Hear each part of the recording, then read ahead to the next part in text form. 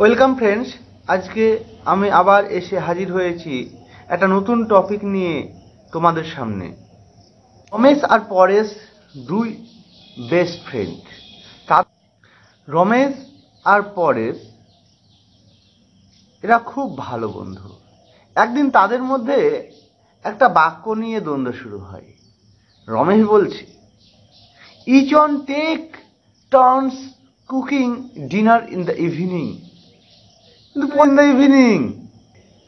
কিন্তু পরেশ বলছে, আরে খ্যাপা, এটা হওয়া উচিত ছিল each one takes turns cooking dinner in the evening. এই নিয়ে অনেক দ্বন্দ্ব রমেশের মধ্যে। একজন বলছে টেক হবে, তো আর একজন বলছে টেক্স হবে। তারা সমাধানের জন্য তাদের মাস্টার মশাইয়ের কাছে যায়।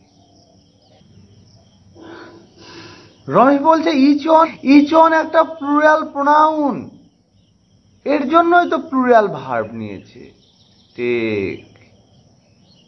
তো এর আগে একটা কথা বলে রাখি আমরা নাউনের যখন প্লুরাল করি তখন এস বা ইএস ইত্যাদি যোগ করে আমরা প্লুরাল করে থাকি, কিন্তু আমরা যখন ভার্বের প্লুরাল করে থাকি তখন কিন্তু এস বা ইএস যোগ করলে সিঙ্গুলার হয়ে থাকে ভার্বটি। আর প্লুরাল অ্যাজ ইউজুয়াল ভার্বের ফর্মটাই হলো প্লুরাল ফর্ম, অর্থাৎ ইট এটা হলো প্লুরাল ফর্ম আর ইটস এটা হলো সিঙ্গুলার ফর্ম। এটা আমাকে খেয়াল করতে হবে। তাই রমেশ বলছে ইচ অন যেহেতু প্লুরাল তাই ভার্বটাও প্লুরাল হয়েছে। কিন্তু পরেশ মানতে নারাজ, বলছে ইচ অন মানে তো প্রত্যেকে মানে তো এক একজন করে আসছে, ওয়ান বাই ওয়ান, তাহলে তো সিঙ্গুলারই আসতে হবে তাকে। তাই সেখানে ভার্বটা প্লুরাল হয়েছে, তাই সেখানে ভার্বটা সিঙ্গুলার ফর্মে বসেছে, টেক্স হয়েছে। তাহলে চলো দেখা যাক, আমরা যদি বাক্যের প্রথমেই each, every one, everyone, everybody, everything, no one, nobody, nothing, any, anybody, anything এই রকম কিছু প্রোনাউন থাকে বা প্রোনাউন পেয়ে থাকি, তাহলে সেক্ষেত্রে আমরা অবশ্যই সিঙ্গুলার ভার্ব ব্যবহার করে থাকব। অর্থাৎ এগুলো প্রোনাউন হিসাবে ব্যবহার করতে পারি, আবার অনেক সময় এগুলো অ্যাডজেক্টিভ হিসেবে ব্যবহার করতে পারি বাক্যের মধ্যে। যদিও যেমন দেখা যাক প্রথম বাক্যটিতে, এখানে দেওয়া আছে ওয়ান হ্যাজ ওবেইড হিজ প্যারেন্টস। একজনের উচিত তার বাবা মাকে মেনে চলা। তাহলে ওয়ানটা কি হয়েছে, একজনকে বোঝাচ্ছে, তাই আমি এখানে হ্যাজ ব্যবহার করেছি, হ্যাভ ব্যবহার করিনি। আবার দ্বিতীয় বাক্যে দেখা যাক everybody wants to play football. এখানে ওয়ান্টস হয়েছে কেন? ওয়ান্ট হলো প্লুরাল আর ওয়ান্টস হলো সিঙ্গুলার। এটা নাউনের মতো নয়, নাউনের এস যোগ করলে প্লুরাল হয়, কিন্তু ভার্বের এস যোগ করলে সিঙ্গুলার হয়। এটা একটু বিপরীতের মতন। আবার next, no work has been done. এখানে হ্যাজ বসছে কেন? কারণ হলো নো ওয়ার্কটা হলো সিঙ্গুলার। তাহলে আমরা জানলাম ইচ আর এভরির পরে সর্বদা একটা কাউন্টেবল নাউন বসাতে হবে। আনকাউন্টেবল নাউন কিন্তু বসবে না। দেখা যাক, আমি বললাম ইচ ম্যান, এটা কিন্তু ঠিক, কিন্তু আমি যদি বলি যে ইচ ওয়াটার, এটা যে ভুল হয়ে গেল। তবে ইচ বটল অফ ওয়াটার, এটা যেহেতু বোতলগুলো আমি কিন্তু গুনতে পারি, তাই হয়েছে সেখানে। ইচ অয়েল সেই রকম ভুল, ইচ অয়েলটা ভুল হয়ে যাবে। তাই কাউন্টেবল অর্থাৎ যেগুলো গোনা যায় তার আগে ইচ বসাবো, কিন্তু আনকাউন্টেবলের আগে সেখানে কিন্তু ইচ বসাবো না। আবার এভরি মানেও প্রত্যেক, এভরি এভরিবডি, এভরিথিং, একটা হোল বডিটাকে বোঝাচ্ছে।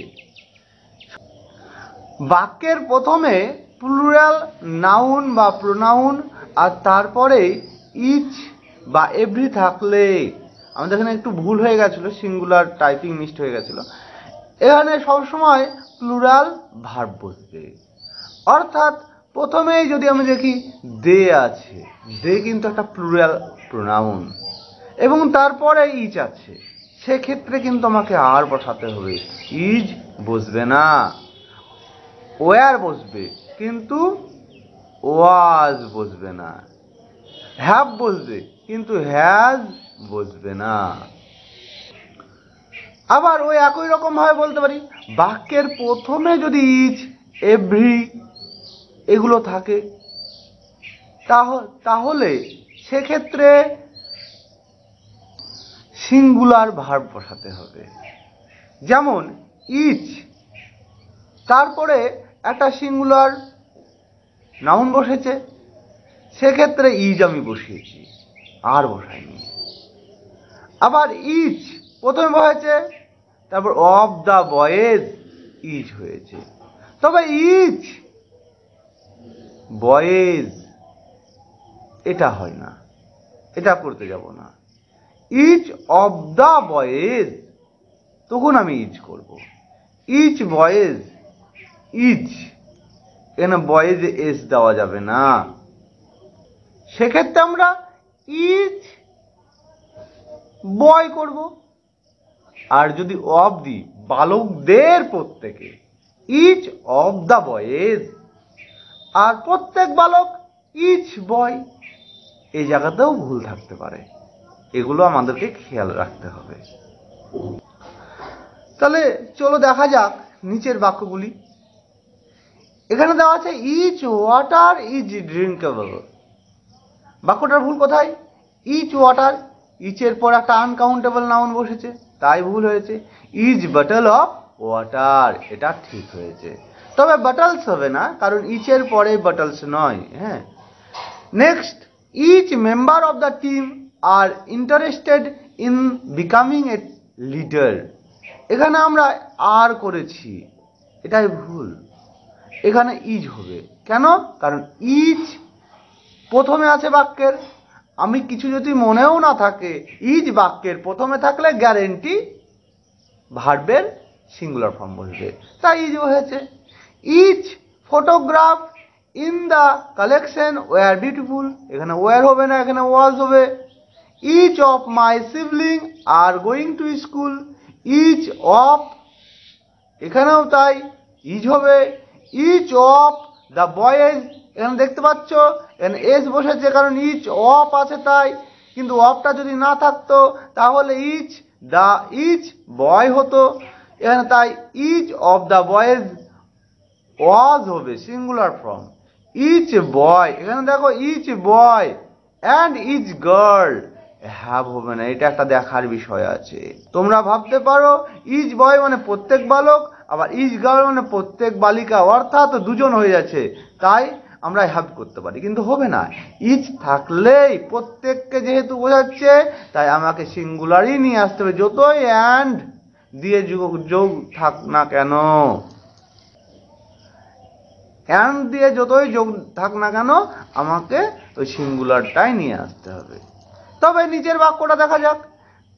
দে each have multiple degrees in different subject. এখানে হ্যাভ বসতো কেন? ওই তো ইজ বললাম না, যে প্লুরাল প্রোনাউনের পরে বসেছে, তাই হ্যাভ হয়েছে। অর্থাৎ দে কে তখন আমাকে ভেবে নিতে হবে, দে অনুসারে হ্যাভ বসেছে, দে মানে তো তারা, বহুবচন, তাই আমাকে এখানে বহুবচন হ্যাভ বসাতে হয়েছে। তো আজকে এ পর্যন্তই জানলাম।